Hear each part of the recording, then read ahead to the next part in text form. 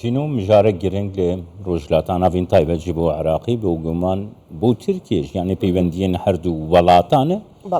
دەهاتە چاوەڕێکردن و ڕەجەب تەییب ئەردوان دەمەکی نێزیک دە پشتی سەردانا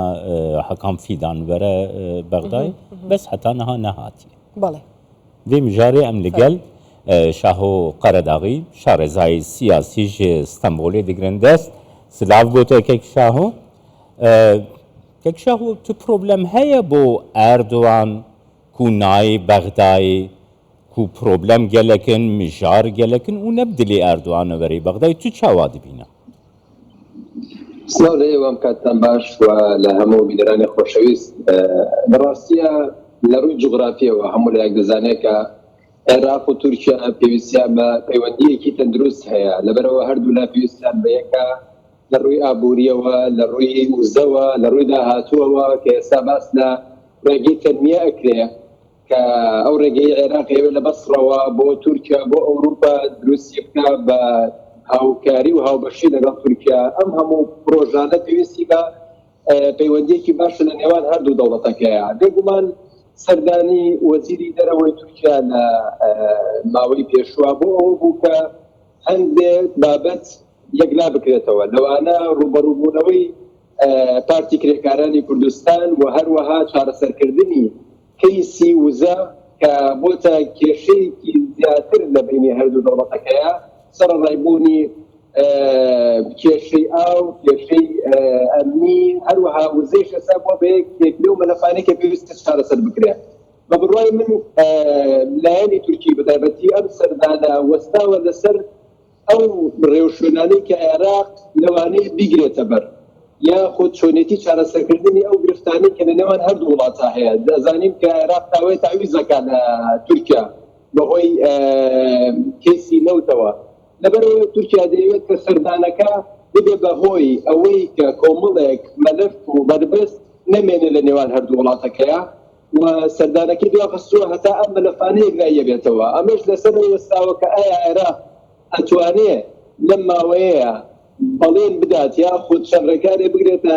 بەر کە ببێتە هۆی دڵنیابوونەوەی لایەنی تورکی و ئەنجامدانی ئەم سەردانە لە نزیکترین کاتە بەڵێ بەڕێز شاهۆ ئەم مەلەفانە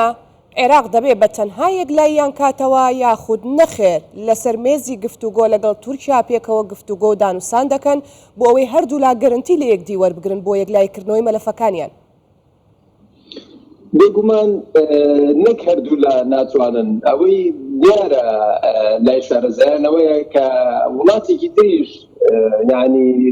کاریگەریەکی گەورەی هەیە لەم گرفتانەیە ئەویش ئێرانە کە سەردانی سەرۆک سەردانی وەزیری دەرەوەی تورکیا تەنها بۆ عێراق نەبوو بۆ ئێرانیش بوو لەبەرەوەی لایەنی تورکیش دەزانن چەندین مەسەلە هەیە لە عێراقا پەیوەستە بە پەیوەندیەکان لەگەڵ ئێرانەوە چونکە ئێران هەژمونێکی زۆری هەیە لە عێراقا هەروەها چەندین مەلەف هەیە یەکلاکردنەوەکەی لە ئێرانە نەک لە عێراق لەبەرەوە ئەم بابەتانە پێویستی بە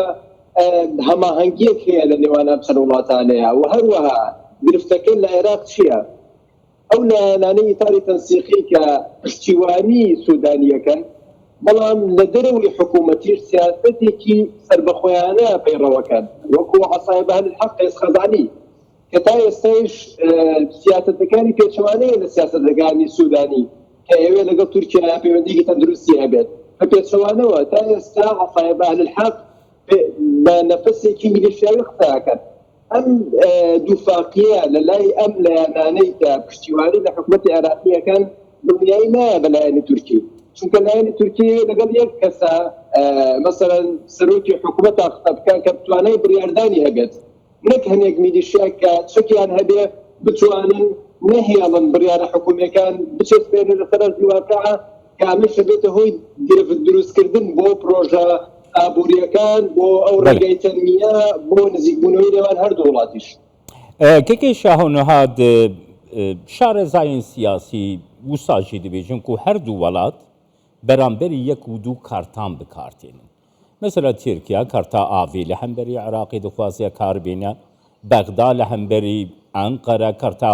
پایکەکە دەخوازی بکاربێنە هەروەها کارتا ئەنەرژیەژی هەردووالی لە هەمبەری یەک و دوو دەخوازن کاربێنن نیازپاکیەکی دوو وڵاتی جیران کۆ هەبوو دوو نیازپاکیەکی باش چارەسەر بکن چنەیە تو چاوا دەبن بێگومان ئەمە دیارە کە چەندەها ساڵ پێش ئێستا کاوترا وای لێت نەوت بەرامبەر ئاو بەکاردێت ئێستا عێراق چەندین جار باسی ئەوە کە لایەنی تورکی ئەوێت لە بەرامبەر ئاودا ئێمە چۆنڵی نەوت بدەین ئەمە بێگومان ئەگەر نیەتپاکی نەبێت لە نێوان هەردوو لایەن ناتوانێت ئەم هەموو پرۆژانەی کە بیری بێکەنەوە هەردوولا بیچەسپێنن لە لایەکی ترەوە تورکیا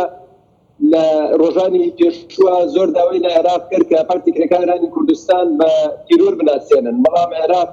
یعنی